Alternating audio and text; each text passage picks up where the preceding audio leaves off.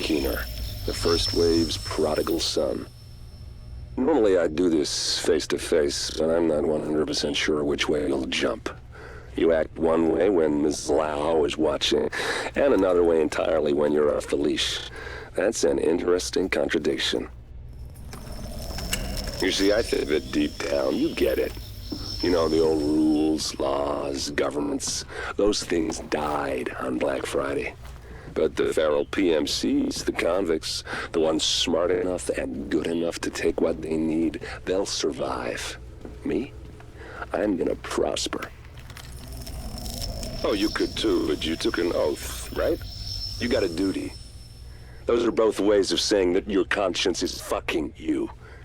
You ask yourself, who has earned a right to tell you what to do?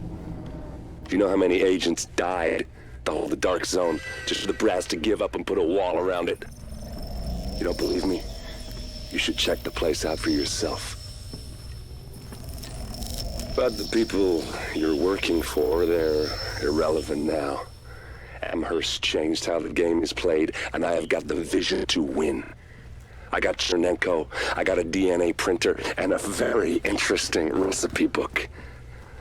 I'm gonna write my own rules.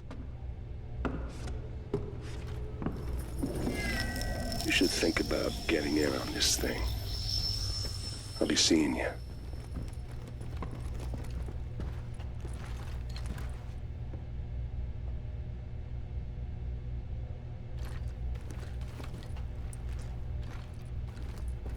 Agent, the information you found in that lab was the crown jewel. I think we can break this thing now.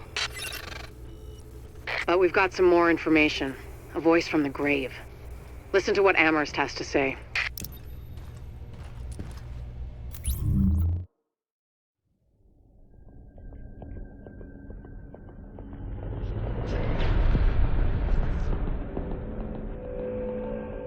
What you're looking at is the smallpox virus, one of the deadliest pathogens on the planet. For centuries, it did a wonderful job of helping keep the human population in check. But times change, and sometimes Mother Nature needs a hand in improving her creations. Like, say, speeding them up a little bit, making them contagious when they should be quietly incubating in a host, or making them more lethal.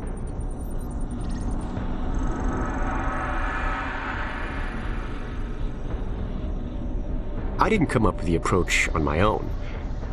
My friend Vitaly is one of the pioneers in the field, and the idea has been around for years. Genome as data. You see, once we digitized DNA, we made it infinitely mutable. We could do 1,000 virtual variations in the time it used to take to grow a one lab-grade generation of pathogens. And we could pick the best, most lethal combinations and make them real. That's how you make a killer virus, you see. Mix in genetic code from other diseases, and you move the sliders all the way up on lethality and virulence. The goal was a 90% mortality rate. I'm not sure my green poison is going to quite hit that, but honestly, that's just details. As long as most of humanity goes, the Earth stands a fighting chance. Technically, technology is what's killing the planet. But that's not really the case. It's the greed that drives the technology. But a funny thing happened on the way to $100 genome maps and 3D printed plastic toys. Someone figured out those technologies could be repurposed, modified for the greater good. Me. Now, my virus is going to do what nature's always done.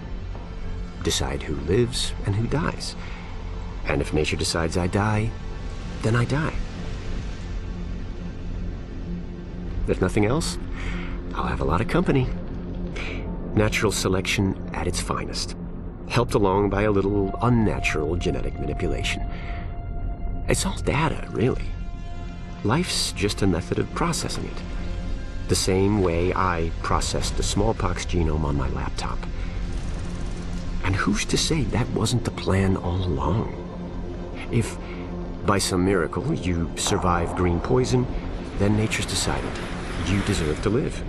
The rest of us, Shouldn't and won't. Godspeed. I'll see you in hell.